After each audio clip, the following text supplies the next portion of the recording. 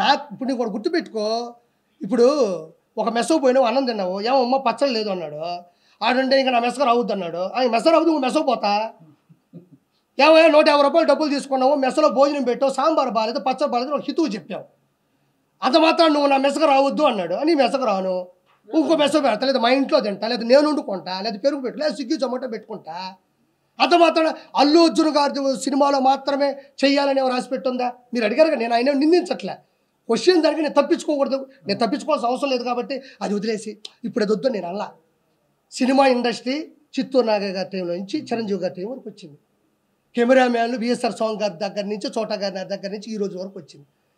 కమెడియన్లు 24 crafts, film chamber, producer council, junior artist సంఘం, ఏమన్నా camera సంఘం, కెమెరా ఆర్టిస్టులు, కెమెరామెన్, ఇవన్నీ పెద్ద పెద్ద క్రాఫ్ట్స్. అవి ఎవ్వరు ఏ దాన్ని అణిచివేయలేరు.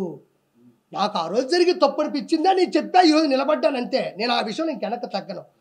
ఇప్పుడు మీరు అడగకపోతే నేను చెప్పేవాడు కాదు, ఎప్పటికైనా కట్టుబడి ఉంటా. నీకు దమ్ము ఉంటే నేను బతుకున్నంత కాలం నువ్వు నన్ను రోజు ప్రశ్నిస్తూ ఉండు. నేను కట్టుబడి ఉంటా, నేను కట్టుబడి ఉంటా, నేను కట్టుబడి ఉంటా. పోతామండి, ఏ రోజు బావు. షుగర్ వస్తే పోవట్లేదా, థైరాయిడ్ వస్తే పోవట్లేదా, అంతు పట్టిన జబ్బు వస్తే పోవట్లేదా, ఎదిరించి పోదాం, ప్రశ్నించి పోదాం, ఎదుటి క్వశ్చన్ చేసి పోదాం. ఏముంది దాంట్లో? నాకేం ఇబ్బంది, తీసుకోకపోతేనే ఇబ్బంది. నాకు ఏ రోజు ఇబ్బంది అనిపించదమ్మా.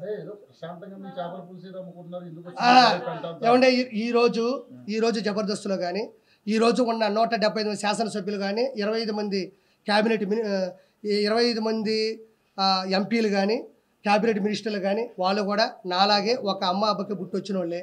వాళ్ళు కూడా వాళ్ళ సంఘర్షణ స్థితి, వాళ్ళు ఉద్యమం కావచ్చు, వాళ్ళ డిగ్రీ కాలేజీల్లో వాళ్ళు లీడర్లు అయి ఉండొచ్చు, తర్వాత ఏదో ఒక ఉద్యమం మీద వాళ్ళు తిరుగుబాటు చేసి ఉండొచ్చు, ఆ తర్వాత కాలంలో రాజకీయాల్లోకి వచ్చి ఉండొచ్చు, నిలబడి ఉండొచ్చు.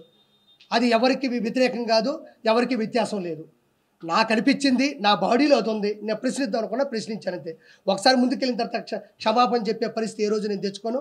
క్షమాపణ చెప్పే విధంగా నేను తప్పు చేయను. నా జీవితంలో నేను ఎవరికి క్షమాపణ చెప్పను.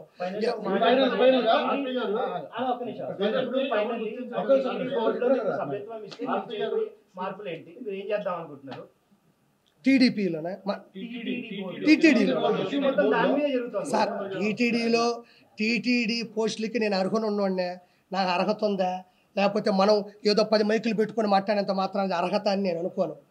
మనకి ఒక సామాన్యుడిగా ఈ రోజుకి ఇదిగో నేనే కండువా తెచ్చుకున్నా, నేను వేసుకున్నా, నేను మాట్లాడుతూ ఉన్నా, నేను స్వచ్ఛందంగా చేస్తున్నా.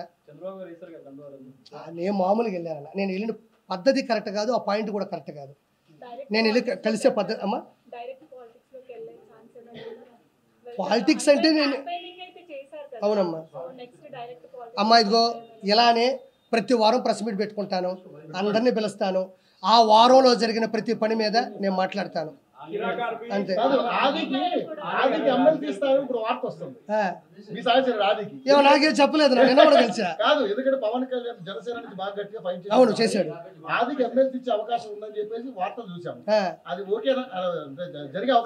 వస్తే చాలా మంచిది, ఎందుకంటే పాపం చాలా సంవత్సరాల నుంచి కష్టపడ్డాడు. అలాంటి వాళ్ళకి వస్తే ఆలియా ఆది అని అనింది. ఆలీ గారితో నాకు సంబంధం లేదు. ఆది అయ్యా అలీ గారు ఆయన వెళ్ళిపోయారండి. అలీ గారు వెళ్ళిపోయారు. మోసాడి గారి గురించి వదిలేండి. నేను అన్నాను, నేను మాట్లాడాను.